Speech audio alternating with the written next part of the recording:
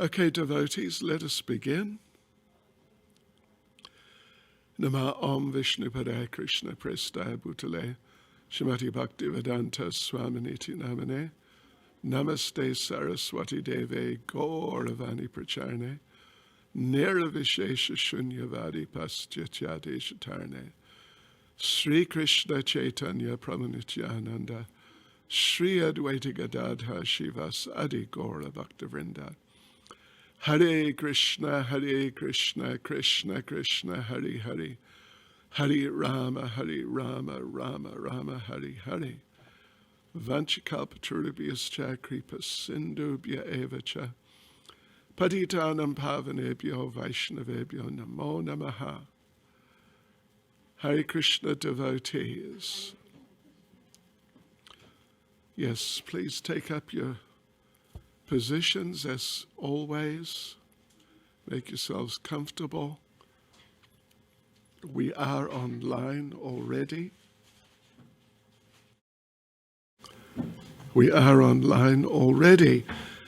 So, devotees, we are continuing with the 8th chapter of the first canto of Srimad Bhagavatam. Prayers by Queen Kunti and Parikshit saved. So last night we finished section B, which took us up to verse 17 was the last verse we did. And we now begin the section C, which is the actual prayers by Queen Kunti, starting with verse 18 and going up to verse 43. And, it's pretty substantial. There are many points. And I imagine it's going to take a few days, 2 or 3 or something, to get through the whole section. This whole section's from verse 18 to verse 43. We read through all the translations of the verses last night. So let's get into it, devotees. Verse 18, translation. Srimati Kunti said, O Krishna, I offer my obeisances unto you because you are the original personality and are unaffected by the qualities of the material world. You are existing both within and without everything. Yet you are invisible to all. So that's verse 18, and it is the very first verse of Queen Kunti offering her prayers. And, we'll see, of course, as we go through, we'll see how profound her prayers are. It's really, there's so much realization, and it's so clear, her understanding of Krishna in all sorts of very profound ways. So these prayers, they are one of the most special parts of the whole Srimad Bhagavatam, actually. It's a fact. So, right, let us go through the purport of this verse 18, and it's not a small, it's not a big purport actually, it's sort of moderate size. So let's get into it. Right, so the first point which is made, and it's an interesting point, she, Kunti Devi, knows who Krishna is. she knows he's the Supreme Personality of Godhead, although he's playing the part of her nephew. But he's not simply her nephew. You know, for someone like Mother Yashoda, then she generally just accepts him as her son. And it's as simple as that, and that's it. And just under very extraordinary circumstances, she appreciates that he is the Supreme Personality of Godhead. So anyway, in the case of Yashoda, she's so much under Yoga Maya. She really thinks Krishna is her son. And if anyone suggests that he's anything else like God, she thinks, what is this?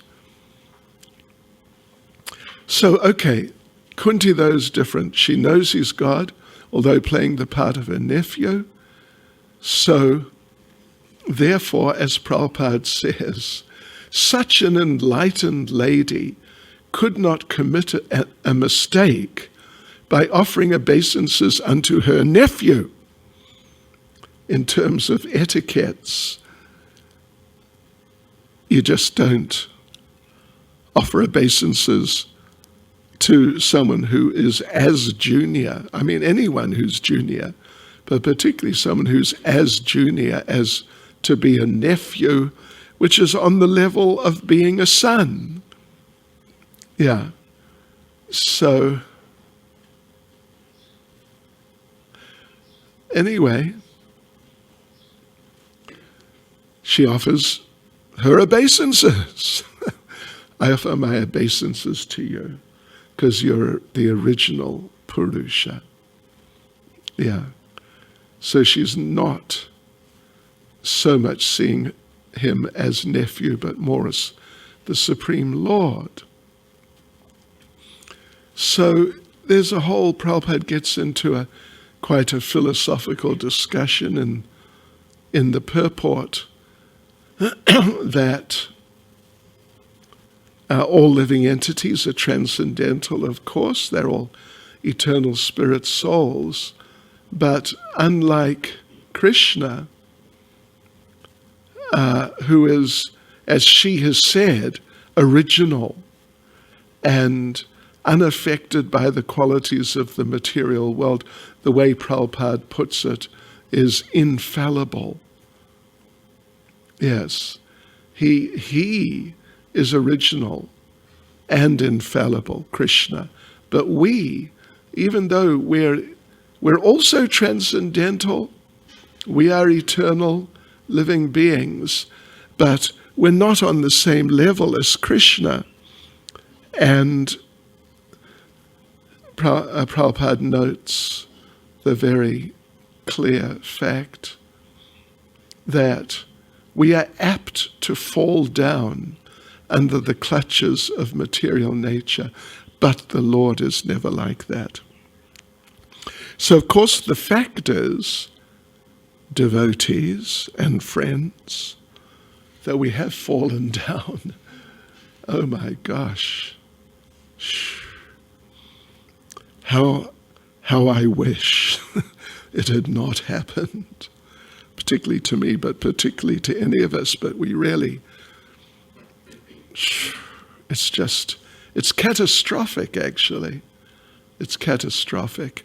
But now by Krishna's mercy, combined mercy of Krishna and Srila Prabhupada, we've got the key to the door to get out. Although it's not quite that simple, just turn the key and out you go. It's a whole thing to cultivate, develop our Krishna consciousness, which for so long has been covered over. So, yes, Prabhupada refers to, he quotes half Prabhupada's now exploring this whole situation of us and Krishna. Who are we and who is Krishna? And what are we? What is Krishna? And what's the same and what's different? And this sort of thing Srila Prabhupada gets into regularly, just so regularly, in the purports. So as part of that process of exploring, he quotes the first half of this Katha Upanishad verse. If you've got books, you can see it there. 2nd Canto, Chapter 2, verse 13 of the Katha Upanishad. Nityo Nityanam Chaitanas Chaitananam. And it continues, Eko Bahunam Yo Vidadati Kaman. This is a very famous verse, which Prabhupada quotes, definitely from time to time. I was yesterday during the day actually, preparing for the 2nd canto. I think it was chapter 4. I'm into chapter 5 now, but I think it was chapter 4 yesterday, and Prabhupada quoted the same 2 lines, Nityo Nityanam, Chaitanas Chaitananam. Yeah, those same 2 lines. And it means, Nityo means they're one eternal. Nityanam means many eternals. Chaitanas means one living being, and Chaitananam means many living beings. Yeah. So that's the first part of that verse, that there is one eternal,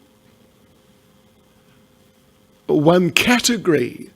The way Prabhupada puts it elsewhere is there are 2 categories of eternal living entities. One category has one member. The other category has many members. Yeah. So Nityo is the one, Nityanam is the many. But Eko, Bahunam, Yo Vidadati Kaman. I don't know if your knowledge of Hindi or, if you picked up a bit of Sanskrit, you can understand that. It's pretty simple. The first part, Eko, one. It's interesting. In Sanskrit, the term ek is also used for one. Yeah. Eko, the one, Bahunam, the many, Yo Vidadati Kaman, the one has been fulfilling the kaman, the desires of the many since time immemorial. Yeah. And this is one of the most fundamental and clear differences between the 2 categories. The Supreme Personality of Godhead category, which ultimately has one member, and the living entities, category, which has an unlimited number of members. So, yeah, this is a very important verse which is contrasting us with the Lord with us.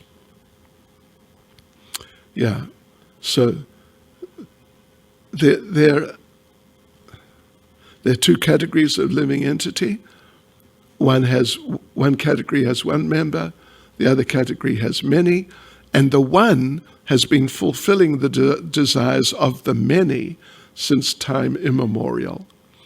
So yeah, Prabhupada is contrasting like this, these 2 categories, us and the Lord. So Prabhupada goes on, he's addressed as Ishvara. Ishvara means the controller, basically.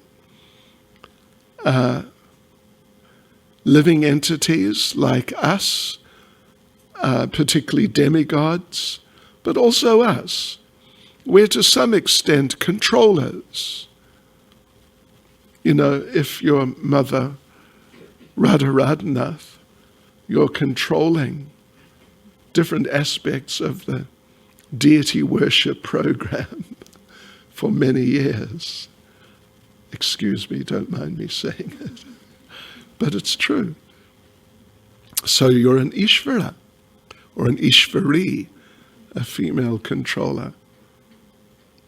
And others, you know, at least if nothing else, we're controlling or trying to control our lives and ourselves. It's sometimes more difficult than one would hope.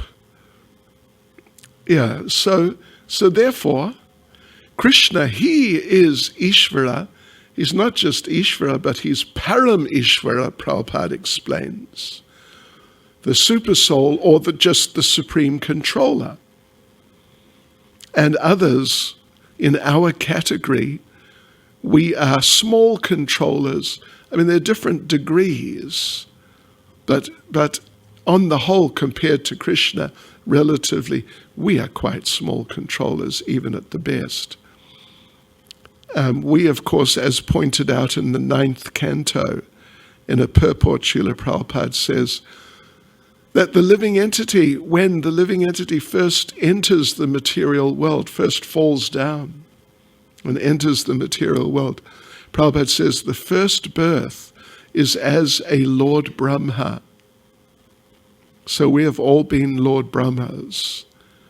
And now by our standards, Lord Brahma, who's controlling the universe and, you know, manifesting, creating, you can say, the whole universe and controlling it, compared to us, he's a really big controller. But compared to Krishna, he is still a very small controller, a very, very small controller. So Krishna then is the Param Ishvara, or according to Sanskrit grammar, it's Parama, ending with an A, and Ishvara, of course, ending with beginning with an I. And according to Sandhi, the rules of, you know, the changing of endings, when an A is the last letter and I, or E it's pronounced, is the first letter, then they combine and the A and E becomes A, Parameshvara.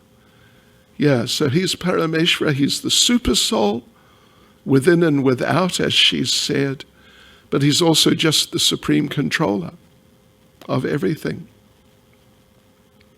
So therefore Prabhupada makes the point, and it's a really good point, that he's both within and without.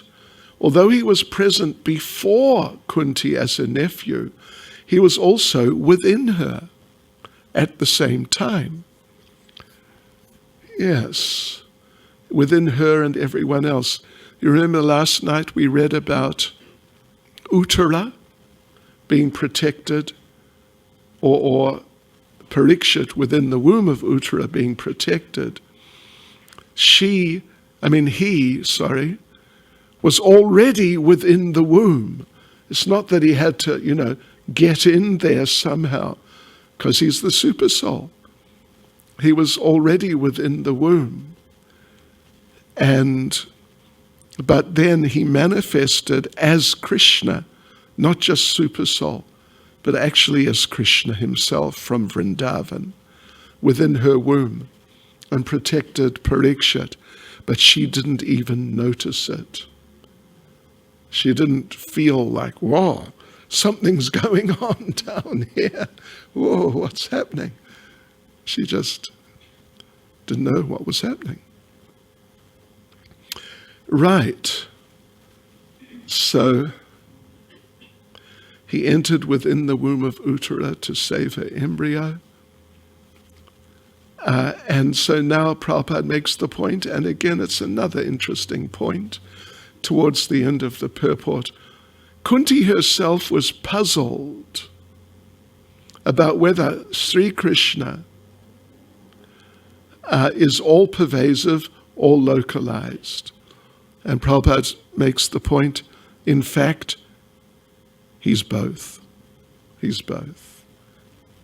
But even though he's both, he reserves the right to not be exposed to anybody he doesn't want to be exposed to. Normally it would mean just us, the regular living entities, but most particularly it's the non-devotees. So there's a curtain, and this is going to be stated in the next verse we'll read in a minute. Prabhupada says, the checking curtain is called the Maya energy of the Supreme Lord, and it controls the limited vision of the rebellious soul. We were rebellious souls. I was really rebellious. I don't know about any of you. I think you were pretty rebellious. You were. Could have been worse. I was really rebellious, I tell you what, until I came to the temple. Gee whiz. I will not, and I would not talk about it, but just take it that it's like that. And yeah, the checking curtain was definitely over my senses, checking my vision. So, okay, let's go on to verse 19. Being beyond the range of limited sense perception, you are the eternally irreproachable factor covered by the curtain of deluding energy. You're invisible to the foolish observer, exactly as an actor dressed as a player is not recognized. Yeah, so that's a nice point, that people, actors, I mean, maybe some of us acted in dramas at school. Did you ever act in dramas at school? I did a little bit. I acted in dramas when I was in the temple in London. In the Sunday program, I would be in dramas. Not every week, but, once or twice a month or something.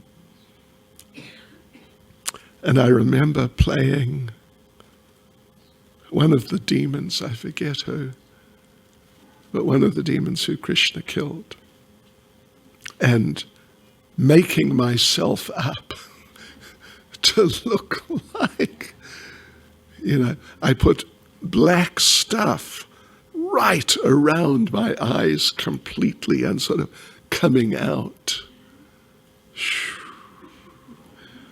Wow, that's another thing we shouldn't talk about too much. But anyway, yeah, I took part in dramas. It was fun in the temple. So yeah, this is an actor dressed as a player. Player means the character in the drama. And the actor, of course, is the actor. And these actors, I don't really watch movies, gee whiz. But in my youth, I watched movies. And sometimes, I'd go to a movie, usually on the weekends when I was young. Sometimes at least. And one of the famous actors is playing some part. And then the next weekend, another movie, and the same actor is in this other movie, but it's completely different. And I remember seeing one movie, the one actor was the good guy. The next movie, the next weekend, he was the bad guy. And it really drove the point home that he's just an actor. He's just an actor, and he's just being paid, and he's very clever, but it's just an act. Because the tendency is in the movies to get drawn into it and think that the people, that it's real, and emotions are stirred, etc. Anyway, let's have a look at the purport. So, first of all, Prabhupada makes the point, he just acknowledges what Kunti says, that people, less intelligent people, think Krishna's an ordinary person and they deride him. This is one thing we would do, when I was distributing books years ago in England and Ireland. Sometimes we get caught up speaking to a person who's not going to take a book, but it's just, you get caught up with them and it's kind of pointless. So if we saw one of the other devotees in our group, because we'd all generally be fairly close to each other on the streets, we would go up to each other, and the one who's caught up, we would quote the verse, what is it, chapter 9, verse, is it 11? We just quote the Sanskrit, avajananti mam mudha. Mudha, meaning fools deride Krishna. And those, when we were caught up in the useless conversation, when we heard that, then we'd realize, oh yeah, okay, I better extract myself. So these people are less intelligent, and they deride Krishna. And who are these people? They're the ones who've rebelled against the Lord. And Prabhupada explains that when the Lord appears, that he generally, he does many extraordinary things. When he came as Lord Chaitanya, he didn't really, not like big miracles like showing the universal form or something. He did some amazing, amazing things. But otherwise, in his other forms, there's some big displays of his extreme power, which, as Prabhupada says, these things are humanly impossible. I've said in class how in Siberia, a place called Novosibirsk, on Lord Nrsingadev's appearance day one year, they put on a drama of the appearance of Lord Nrsingadev.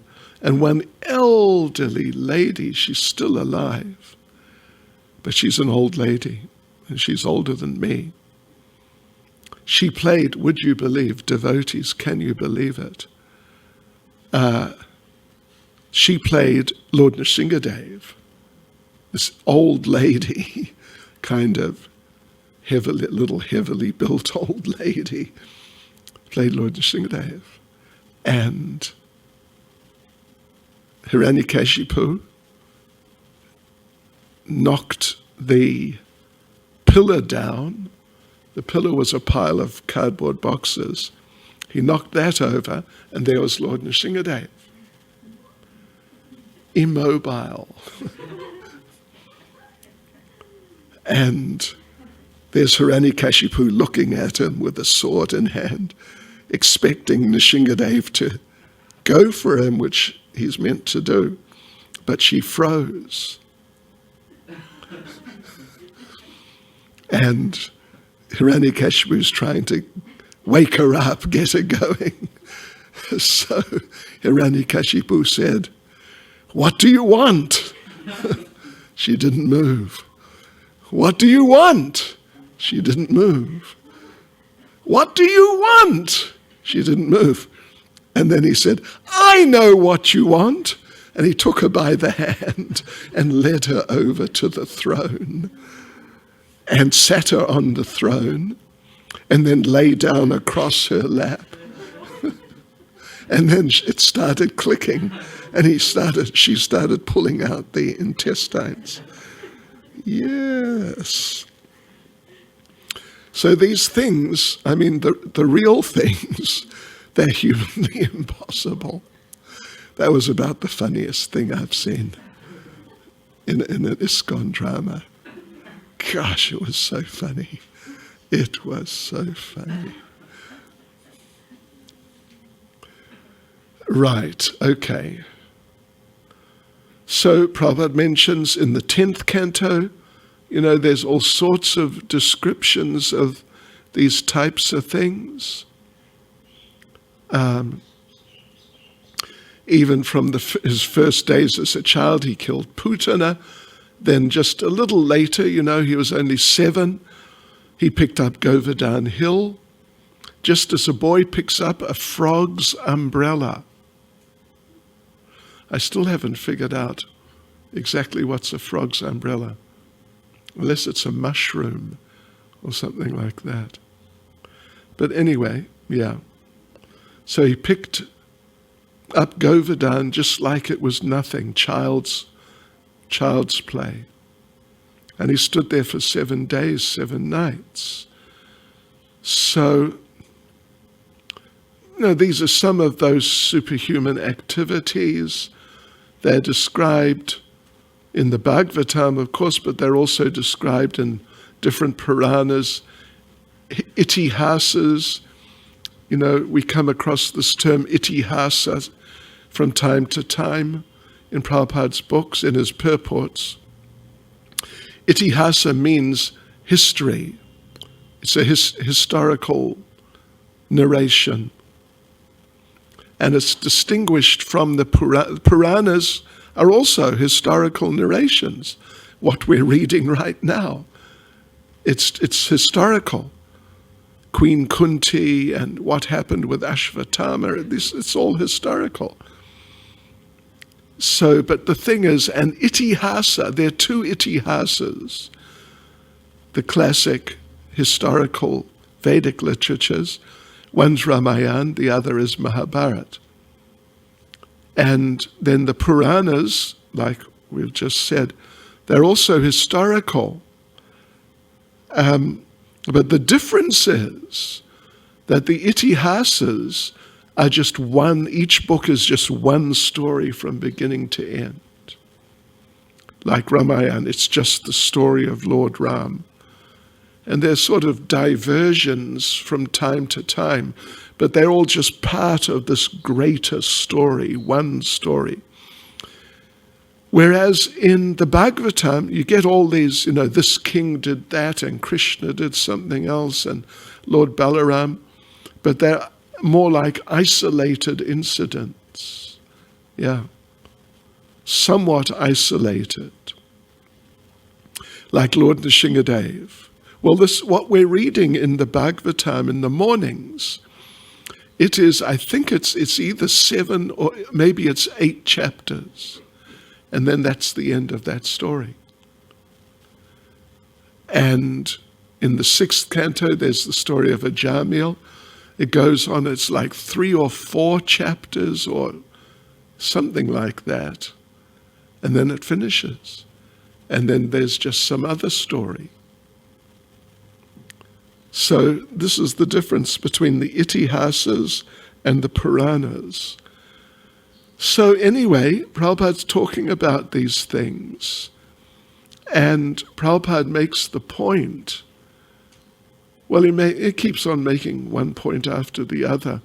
In his pastimes, he shows marvelous capacities. He does amazing things as a hero, a householder, a teacher, a renouncer. As a hero, for example, Lord Krishna fought against Jarasandha 18 times and defeated him 18 times. And Jarasandha had to run to escape 18 times. And Prabhupada, it's actually, I think it's in Nectar of Devotion, Prabhupada talks about this. And Prabhupada says that Jarasandha had some millions of soldiers. Krishna, it was just him and Balaram and maybe 100 others. And Prabhupada makes the point that Krishna, with this very small group, killed all the millions of warriors of Jarasandha, all of them. But on the side of Krishna, Balaram, and whoever the soldiers with them, not one soldier was even wounded, let alone killed. Not one. And Prabhupada, and killing millions. And Prabhupada, in his tongue-in-cheek way, which he sometimes displays, Prabhupada says, this is unheard of in military history. It's like classic British history. I mean, humor, you could say. So that's Krishna. He shows amazing capacities, what he does.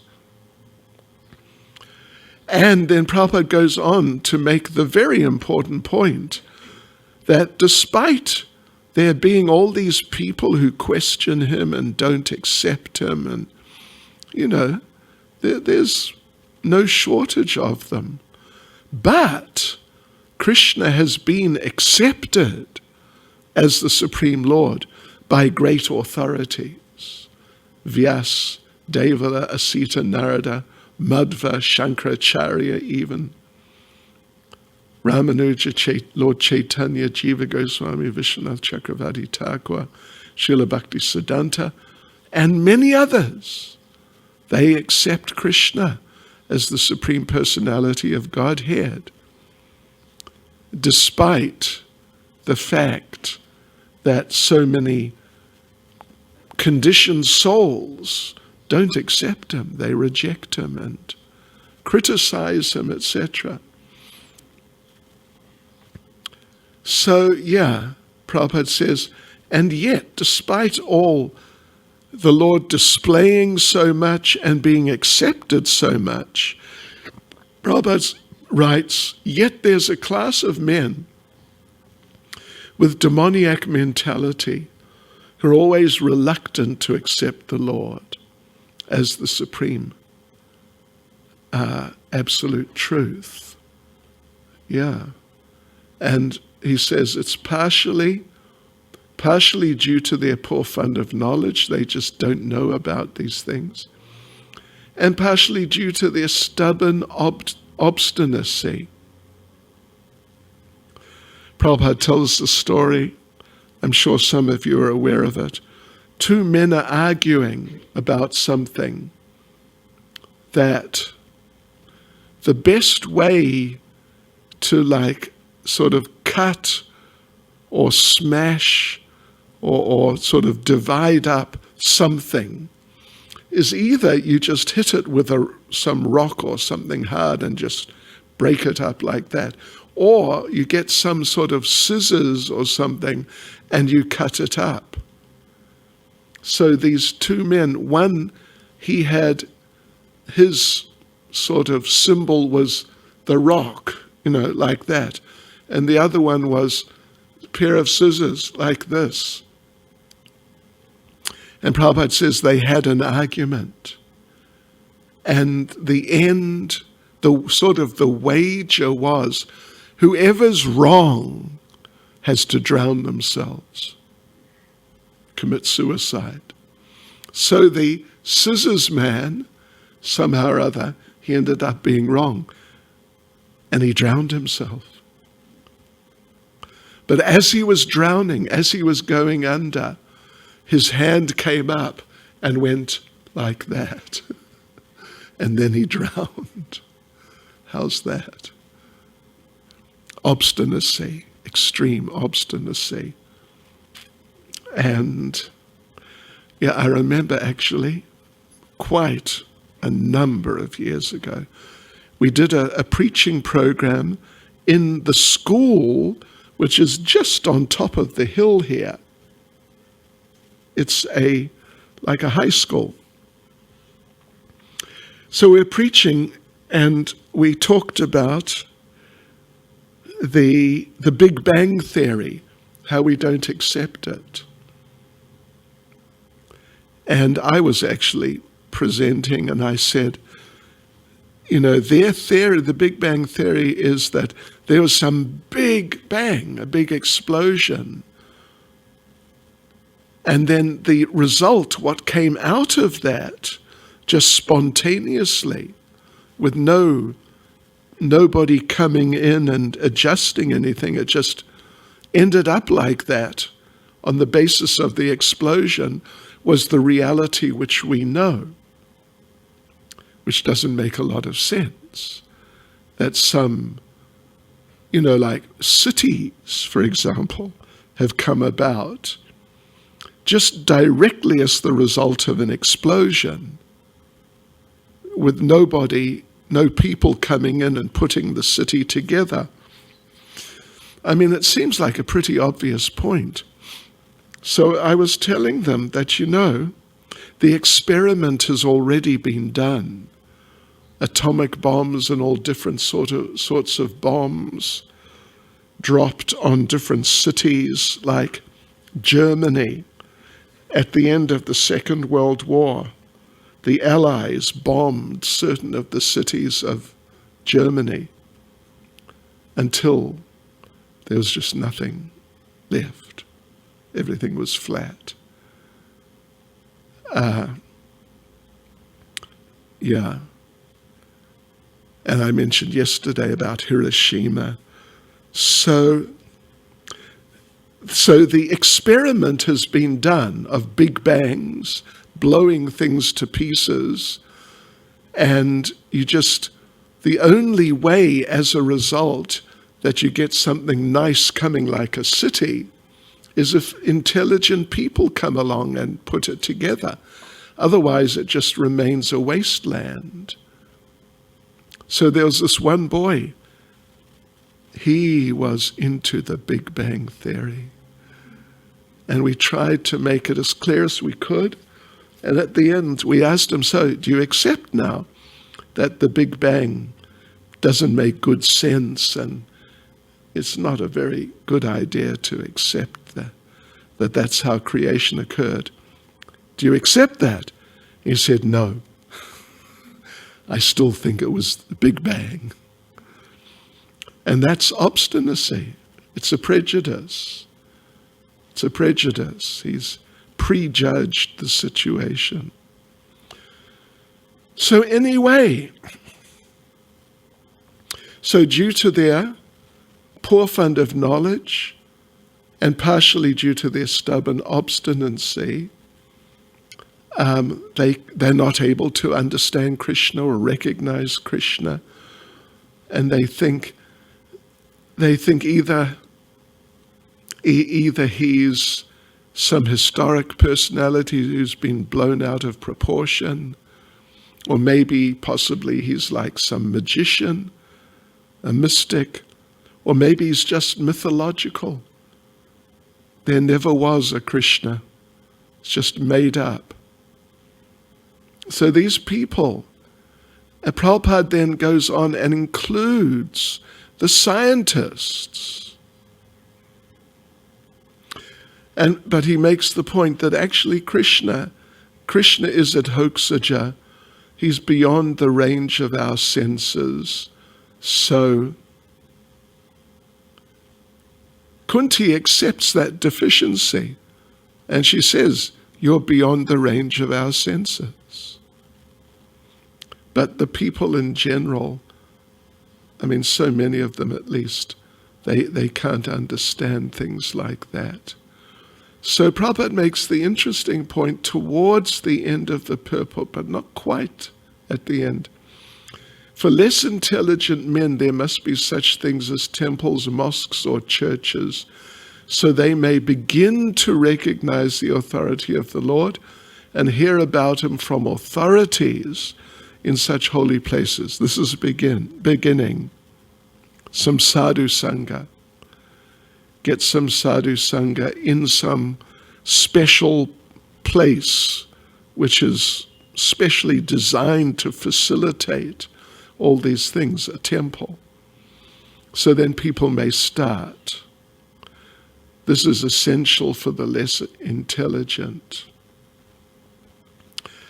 So Srila Prabhupada concludes the purport by saying, for less intelligent persons, bowing down before the authority of the Lord, as generally done in the temples, mosques, or churches, is as beneficial as it is for the advanced devotees to meditate upon him by active service. That's interesting, isn't it? Yeah.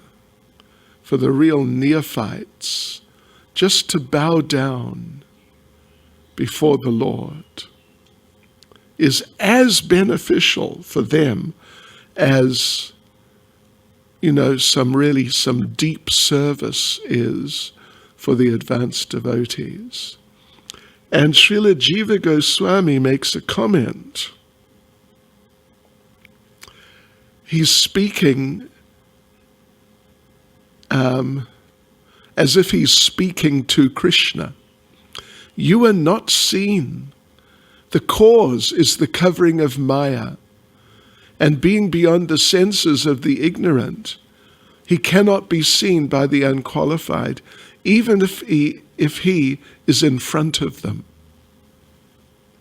And he's beyond the knowledge of the senses by his nature. His nature is transcendental to the senses. So just by his nature, he can't be perceived by the senses. Even Krishna showed the universal form before the Battle of Kurukshetra when he went to try to negotiate for peace. And Duryodhana wanted Krishna to be arrested. So Duryodhana called his soldiers. They went to arrest Krishna. Krishna showed the universal form. The soldiers ran. We know what happened to Arjuna. He didn't run, but he almost collapsed. So they ran. And they came running back to Duryodhana and said, look at this. He's Vishnu. He must be Vishnu. We can't arrest him. And they ran. And Duryodhana, because of his prejudices, his obstinacy, etc., he said, no, he's not Vishnu. It's just that in his previous life, he did great austerities, so now he has some mystical powers. But that's all. But he's not Vishnu. Yeah, it's a whole thing, actually. So, right. Let's go on to verse 20. You yourself descend to propagate the transcendental science of devotional service unto the hearts of the advanced transcendentalists and mental speculators. That's interesting. Who are purified by being able to discriminate between matter and spirit. How then can we women know you perfectly? Yes, right. So, in the purport, Prabhupada makes the point, even the greatest speculators, even the greatest, cannot access the Lord. And Prabhupada refers to the Upanishads, that the absolute truth is beyond the range of the thinking power of the greatest philosopher. He's unknowable by great learning or by the greatest brain. He's knowable only to someone who has his mercy. This is the point. Krishna can only be understood by his mercy. Yeah. Krishna cannot be stood just through academic intelligence. By his arrangement, the intelligent academic will become confused and just not get it. But the devotees, even a child like Prahlad, 5 years old, he got it. And he expressed such profound understanding of Krishna. It's just incredible. So then Prabhupada goes on.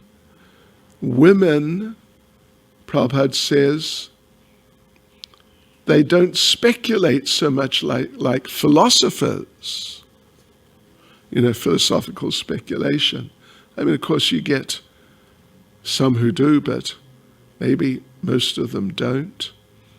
But they're blessed by the Lord because they believe at once in the superiority and almightiness of the Lord, and thus offer obeisances without reservation. And therefore we find devotees. It was different in the beginning. When I joined the temple in London, we were about 50 men and about 10 ladies. Yeah. But now, there's more ladies. There's more ladies. It's a fact. There's more ladies because they become, it varies, of course. It definitely really varies. But in many cases, they become emotionally attached to Krishna. In many cases. Not so much philosophically, but emotionally. And deeply attached. Deeply attached. And that's very, very good. It's wonderful. So Prabhupada goes on to say, that the Lord is so kind that he doesn't show special favor only to one who's a great philosopher. He knows the sincerity of purpose. This is the crucial point. And, for example,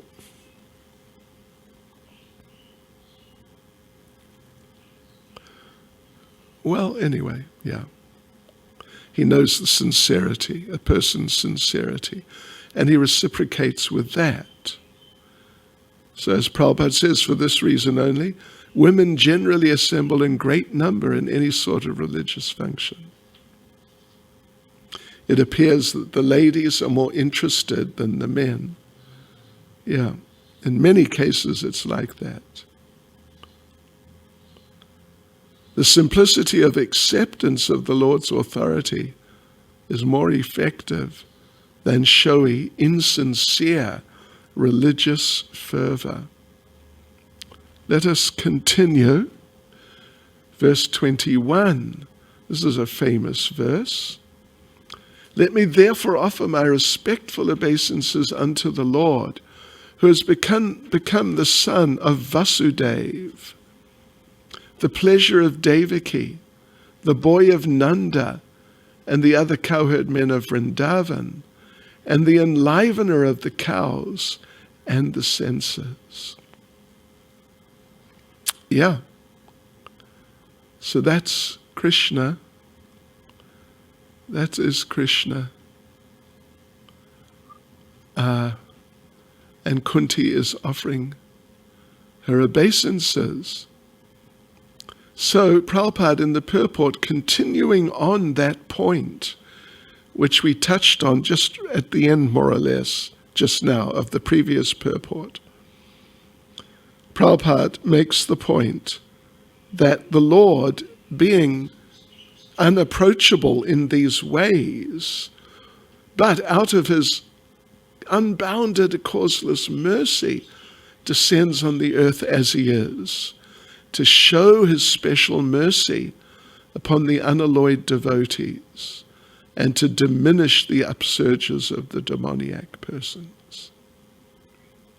Yes, And Prabhupada makes the point, Queen Kunti specifically adores the incarnation or descent of Lord Krishna above all other incarnations.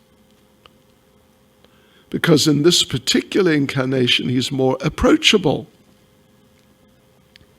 Yeah. As Ram, he was a king's son, and, to approach royal families is not easy. But as Krishna, even though he was the son of a king, he left the shelter of his father and mother and went to the lap of Mother Yashoda to play the part of an ordinary cowherd boy. Yes, so ordinary cowherd boy in Vrajabhumi. So Prabhupada makes the point, it's a very interesting point. Therefore, Lord Krishna is more merciful than Lord Ram. Lord Ram was kind of unapproachable by social standards. Actually, he wasn't so unapproachable really in one sense, but in another sense, he was unapproachable by social standards because he was the prince. He was a big man, such an important man. So generally you couldn't just walk up and say, Hari Bol, Jai Shri Ram.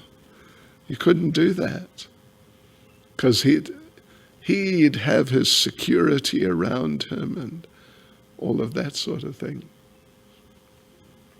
Yeah. So Prabhupada makes the point, therefore Lord Krishna is more merciful than Lord Ram. He was undoubtedly very kind to Kunti's brother Vasudeva and the family. If he hadn't become the son of Vasudeva and Devaki, Queen Kunti couldn't claim him to be her nephew and thus address Krishna in a parental mood, Vatsalya Rasa. Yeah.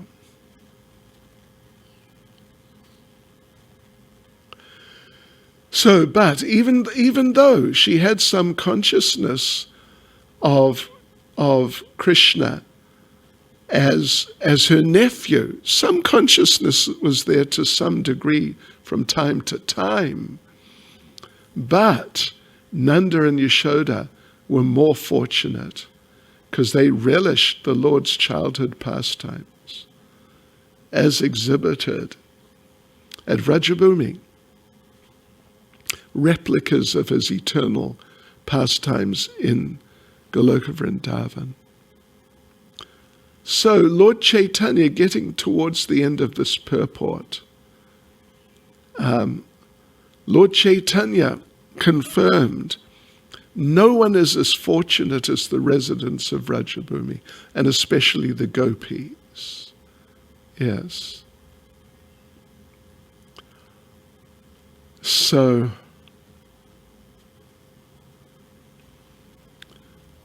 therefore he's known as Govinda because he's inclined to the Brahmins and the cows. An interesting and very important point, actually. It indicates that human prosperity depends more on these two items, Brahminical culture and cow protection.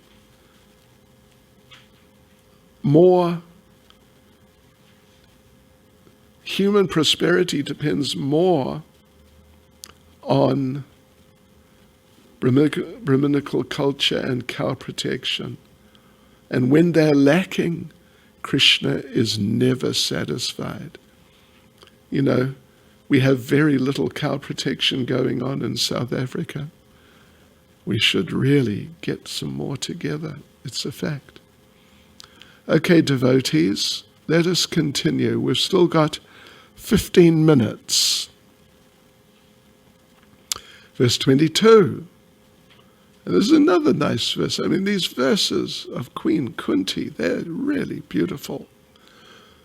My respectful obeisances are unto you, O Lord, whose abdomen is marked with a depression like a lotus flower, who are always decorated with garlands of lotus flowers, whose glance is as cool as the lotus, and whose feet are engraved with lotuses.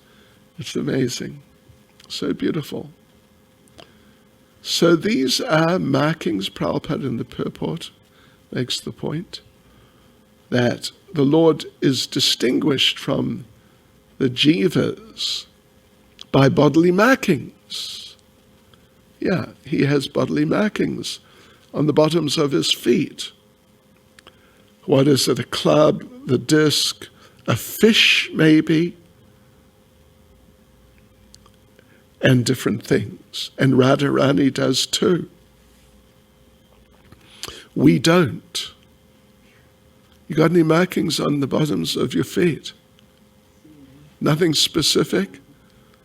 A fish? No, they're not there at the moment. Yeah. So this distinguishes the Lord from us, because he has these markings. And Lord Chaitanya had also, and when he was moving about his parents' house barefoot, then he would leave these markings. And they couldn't understand, where have these things come from? Because they were not thinking that he's God. Right, anyway.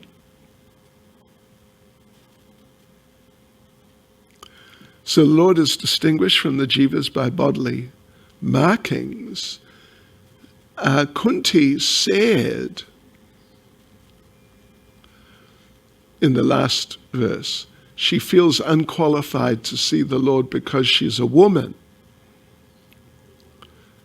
Stri Sudra Dvija Bandhu Nam. These characters, types of people, they generally can't see the Lord. But that's all of us, by the way. But we can see him as the deity. And Prabhupada goes on that therefore he descends as Garbhodakshay Vishnu, known as Pankaja Nabi. Pankaja means lotus flower, and Nabi means navel. Yeah. So the Lord then takes different forms. A form within the mind made of wood, made of earth, form made of metal, form made of jewels, a form made of paint, and a form drawn on sand, etc. Right. So all these forms, they're decorated with lotuses. Therefore, it's expressed like that in the verse. That all these features of the Lord's appearance, they're like lotuses. And like lotuses means, the lotus is generally in Vedic culture at least, and it's very amazing anyway, but the lotus is taken to be the most beautiful thing. The most beautiful thing. Yeah. And even now, anyway, taken to be the most beautiful thing, the lotus. I don't know if you've all seen lotus flowers, but they really are very, when they're fully bloomed, they're amazing. So yes, people like us, we can see him in these different deity forms, and we should really make sure that the temple where the deity is, there's a really nice atmosphere there to attract the minds, pacify the minds of the materialists which are burning through material wranglings. So in this way, Prabhupada says there at the bottom of, or is it not exactly, but getting towards the end of the purport, the Lord is merciful even to the women Sudras and Dvija Bandhus, provided they agree to visit the temple of worship in different forms made for them. Yeah. You know, women is one thing. I mean, yeah, it's one thing. But there's a verse or a sort of like a sutra which says, Kalo Sudra Sambhava. In Kali Yuga, everyone's born a Sudra. So, you know, we can't get proud and think, well, I'm a man, look at me, I'm cool. Because we're all born Sudras. Yeah. At best Sudras. Me, I was less than a Sudra because I retired at the age of 21. And I vowed I will never work again. Yeah, I vowed it. But then I did some devotional service in the temple when I visited the temple in London. And I realized, hey, I don't want to work again. Yeah, material work, who needs it? But this working for Krishna, this is really good. This is really nice. And it's true. So anyway, the point then is made about how we should look at the Lord. It's interesting. I guess it's the end of the purport. Let me just have a look. Yeah, it is. That one should not pose himself as transcending the stage of temple worship while one is actually in the category of the Sudras and the women or less devotees, or less than Sudra. Generally, Sudras like to work. They enjoy working. But when you're less than Sudra, don't want to work. So Prabhupada says, and this is important, one should begin to see the Lord from his lotus feet, gradually rising to the thighs, to the waist, then the chest, then the face. One should not try to look at the face of the Lord without being accustomed to seeing the lotus feet of the Lord. And very interesting point made about Queen Kunti herself, that Kunti, because of her being the aunt of the Lord, did not begin to see the Lord from the lotus feet, because the Lord might feel ashamed. And thus Kunti Devi, just to save a painful situation for the Lord, began to see the Lord above his lotus feet, from the waist, gradually rising to the face, and then down to the lotus feet.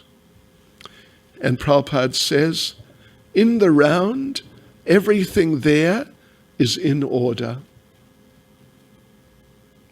It's acceptable, it's nice. Right, verse, where are we? 23.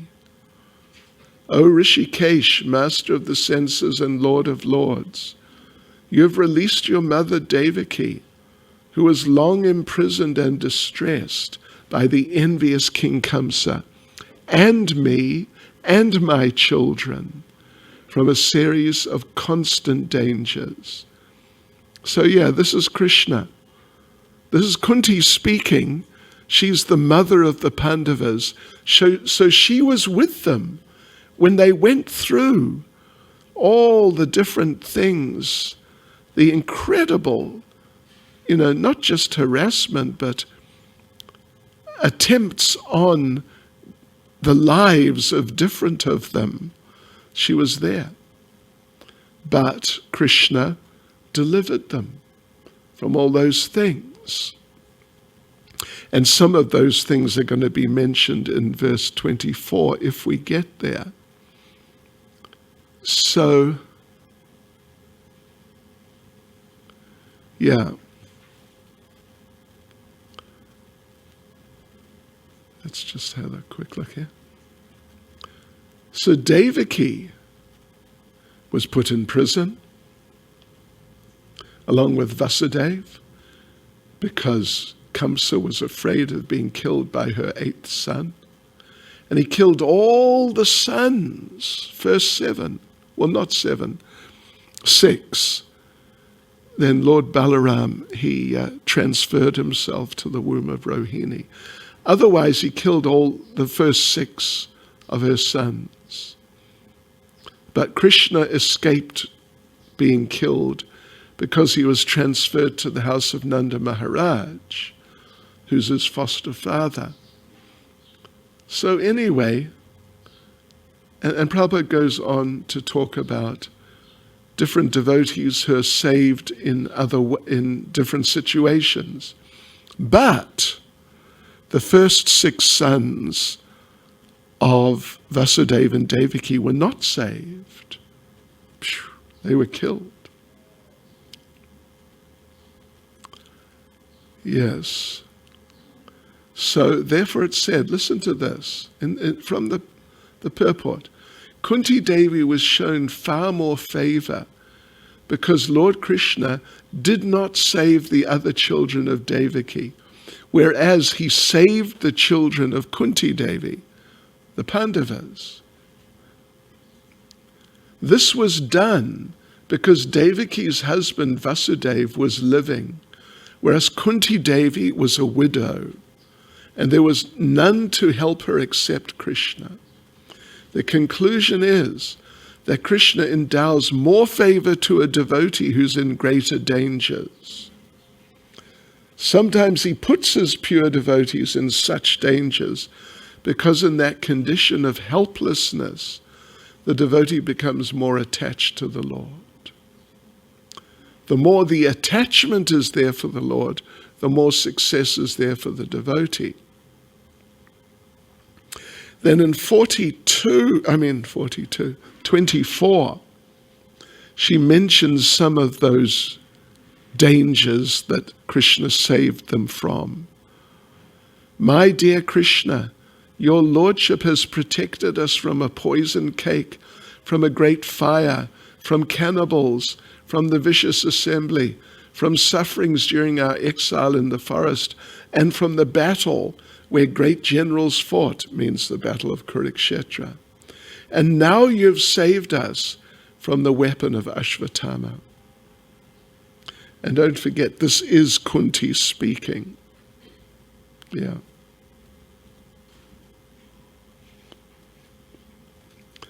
So, there's a purport here, of course,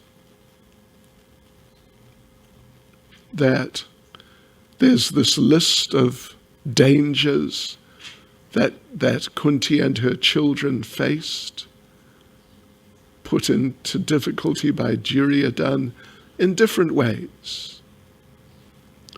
There was the poison cake which was fed to Bhima. Then there was the great fire when a house made of lac was given to the Pandavas to live in. But it was set alight because it's lac, and lac is highly flammable. But Krishna saved them. Every time they were saved by the Lord. Draupadi was saved from being embarrassed too much. Krishna expanded as an unlimited sari.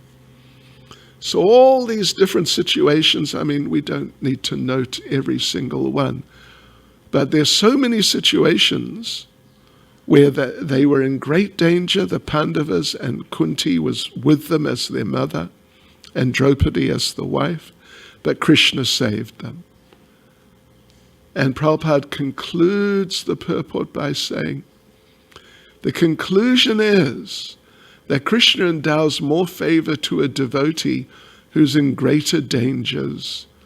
Sometimes he puts his pure devotees in such dangers because in that condition of helplessness, the devotee becomes more attached to the Lord.